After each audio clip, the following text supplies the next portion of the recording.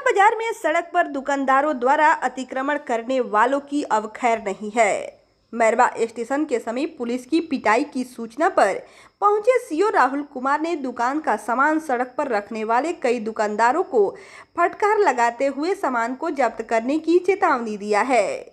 इस दौरान उन्होंने कहा है कि सड़क पर अतिक्रमण करने वाले दुकानदारों के खिलाफ कार्रवाई किया जाएगा। उन्होंने यह भी कहा कि सड़क पर अतिक्रमण करने से बाजारों में जाम की समस्या उत्पन्न हो रही है, जिससे बाइक खड़ा करने वालों से झगड़ा की घटना होने की सूचना मिल रही है।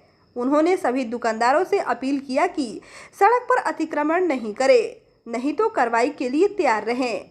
तो आप सभी को हम एक बार फिर से बताते चले कि मैरवा बाजार में सड़क पर दुकानदारों द्वारा अतिक्रमण करने वालों की अब खैर नहीं है।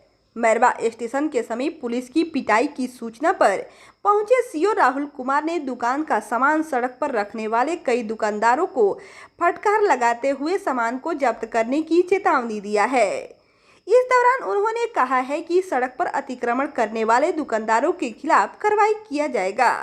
उन्होंने यह भी कहा कि सड़क पर अतिक्रमण करने से बाजारों में जाम की समस्या उत्पन्न हो रही है, जिससे बाइक खड़ा करने वालों से झगड़ा की घटना होने की सूचना मिल रही है।